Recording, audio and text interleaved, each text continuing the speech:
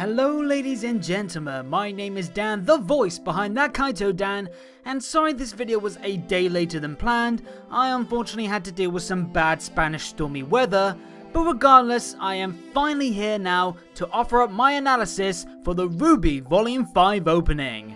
Now before we start, I do have to mention that it would be probably best for you to watch the volume's first episode, as well as my latest episode review and the Volume 5 trailer before watching this video, as I will likely be referring to notes from those videos. So if you want to best understand what I'm talking about, or avoid certain spoilers, better check them out first.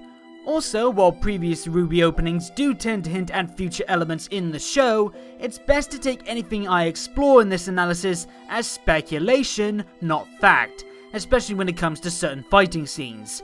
Just because we see something in the opening, it doesn't equal to its actual worth in the show.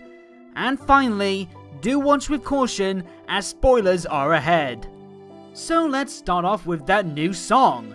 Thanks to Jeff Williams and via Flint of RWBY Nation, we know now that this latest theme is called Triumph, and it's definitely more lighthearted than some of the past themes, while not shying away from the bleaker elements of previous events. Essentially, this theme is all about fighting back even after you've been knocked down and things seem their worst. Our heroes, and especially the Team RWBY lot, will look to push on and keep living even though they know that things can and most likely will get worse. But like the chorus says, you can't wish away those dismal days and you can't bring back what is gone.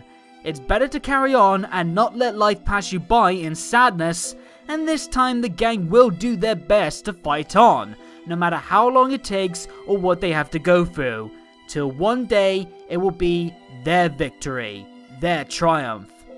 Moving on to the visuals now, and we open up on the capital city of Mistral, our major location for this volume, before we see the splintered members of Team RWBY all looking on in either sorrow or determination, before they go in boldly on their next chapter of their personal stories. I want you though to keep an eye on this grainy effect that sometimes pops up over certain visuals, as well as the colour of the effect too, and I'll touch on that later on. One cool title drop later, and after some quick shots of each RWBY girl either grabbing their weapons, or in Yang's case, riding along the roads of Mistral, and we then get this little moment with the Team Ranger lot and Crow. Ren's minding himself with some random book, Ruby's looking mighty cheery, and Nora is, well, being Nora. Though I do wonder how she's hanging like that, when the first episode showed off that the roof of that room looked a little too high for such a low hanging. Either way, Crow's probably pissed that he's getting a deeper look at Nora than he ever hoped to have, but the interesting element isn't with these two, but it's with Jean. This is the only shot of the blonde throughout the entire opening, and it's notable in how distant and depressed he looks. Obviously, Volume 4 was keen on noting that Jean's wounds regarding Pyrrha's death is still fresh in the young lad's mind, and if the first episode and this opening is anything to go on, those wounds won't be healing anytime soon, and we could see Jean's pain lead to some more intense emotional moments, especially in the home of his now deceased partner and with her killer still out there. Of course, the group is now joined by Oscar, who is now wielding Ozpin's cane, and he actually looks to be motivated in his combat stance. Whether or not he receives any actual combat training in this volume, it looks like the farm boy is feeling more than willing now to go along with the sudden change in his life, and maybe even get his hands dirty if need be. At least it's good to see the kid now show a bit more effort, and it'll be interesting to see how this new factor works off the dynamic of Team Ranger. Are we gonna get Team Orange one day? We'll have to wait and see. Next we have a lovely pan into the cane's gearwork for a shot of Professor Lionheart looking forlorn at his desk, with the looming visage of Watts overhead, symbolizing the Doctor's influence on the Headmaster's actions. As for the tentacles, I actually first thought they were from the Seer Grim, that orb-like Grim that's been at Salem's side so she can converse with her minions, but unless it can sprout the white spike tipped at the end of its limbs, that doesn't seem to be the case. So could this perhaps be Watts' weapon acting as another visual representation of the threatening control he has over Lionheart, or could it be something else? Then from one villain to a pair of them, we see Adam and Hazel in what must be the throne room of Sienna Khan, the leader of the White Fang, as that is the same chair as the one that we saw her sit on in the trailer.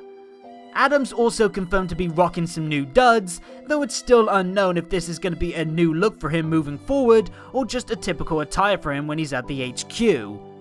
Either way, we know that Hazel was sent to meet with Sienna Khan to help Adam convince the leader to side with Salem, and the trailer hints to a future scene with Adam trying to do the same under the notion of fighting the weaker humans that he obviously despises. But with the two in this shot standing by an empty throne, I wonder if this hints that the two may have to fight to gain control of the group from Sienna's hands if she doesn't comply.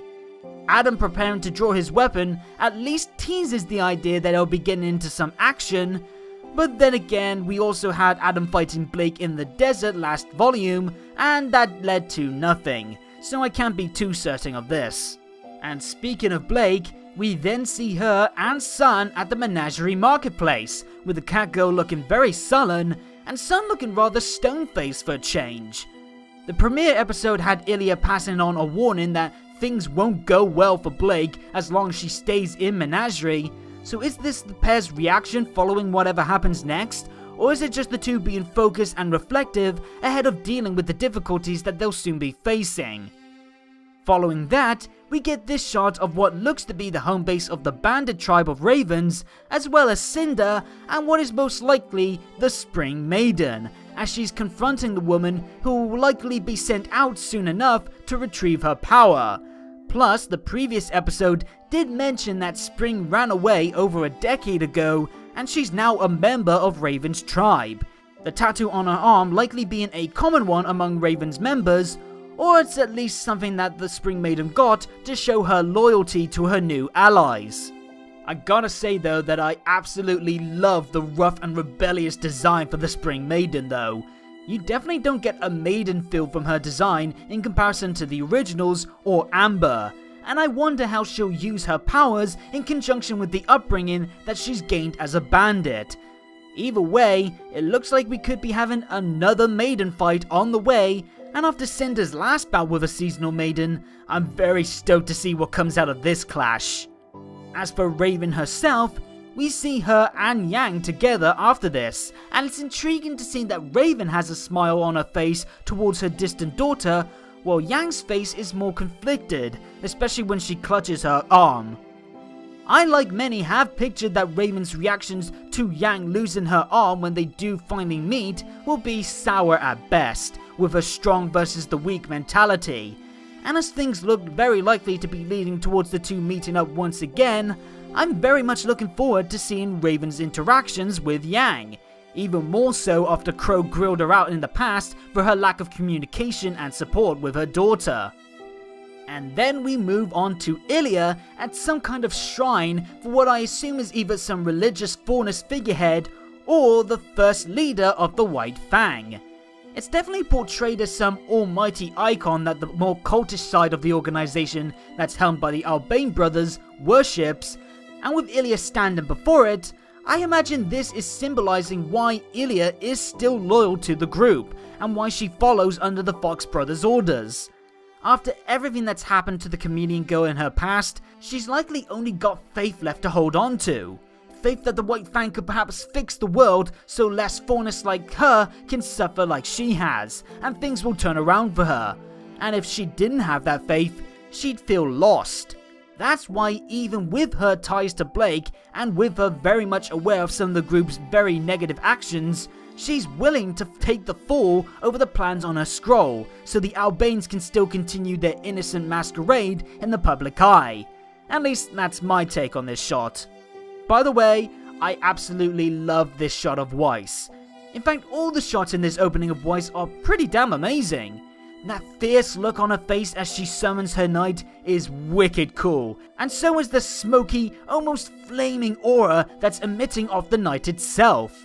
And as the chorus rings in, we are getting a lot of action shots, with the first being Ren and Nora getting stuck in on Hazel, who's actually in control of the fight, catching Nora's hammer with ease, and blocking Ren's slashes with his bare arms. So perhaps Hazel doesn't have a weapon and he fights unarmed. Tyrion had his weapon on display in the last opening before they were actually properly revealed, so it would be odd to have Hazel keep his a secret. But either way, the dude is tanking all the hits, and he seems a threat with his toughness alone.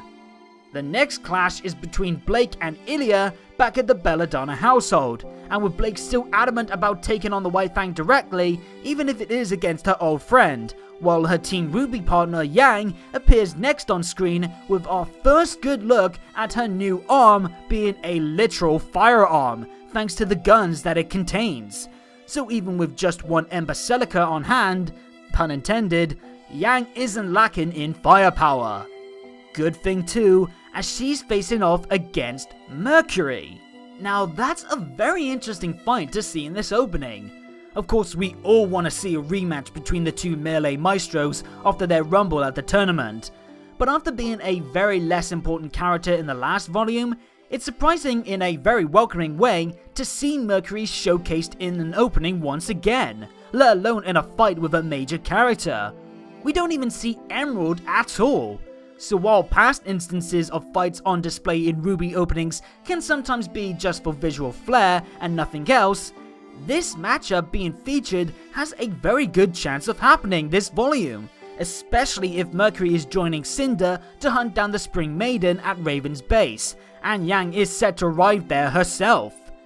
That's a Maiden versus Maiden fight and a long-awaited rematch that looks to be in the pipeline, folks. Things look to be getting pretty wild over at Raven's spot. Then the opening starts to wrap up with some badass shots of the RWBY girls in action before RWBY happily sees the OG group back together just in time for Salem to make her appearance. And no folks, there is no guarantee that Team RWBY will reunite in this volume because of this shot, nor can Salem suddenly grow to Titan size. That's more of a symbolic shot portraying the Wicked Witch's grand power and threat as the big bad. We're not getting RWBY meets Attack on Titan anytime soon. But remember what I said about that whole grain effect that's used in this volume opening? We've seen this effect being used quite a bit during the opening, and it's a nice bit of visualization for the whole warring conflict and other emotions. The black shadowy variant appears over scenes of emotional pain, like with the opening shots of our main girls, as well as whenever we see the villains or when things look their most dire. While the light positive grain effect can be seen right at the end when Team RWBY is seen together, fighting as one, ready to strike back against the darkness. Remember, the best way to fight the Herd's darkness that will try to divide you is to fight back with the light of hope that brings everyone together. And it's symbolism like this, as well as one hell of a rocking tune and some top-notch visuals and editing, that makes this probably one of my top 3 favorite openings in the entire series so far. So what do you guys think? Do you agree with some of my speculations or analysis? And where does this song and the opening rank on your favorites list? Let me know in the comments down below, and while you're at it, hit the subscribe and bell buttons to make sure you know when new videos are up. And follow me on Twitter at ThatKaitoDan, where I post anything to do with RWBY, as well as give updates on future videos and more. But until next time though, have a good day or good night, and peace out.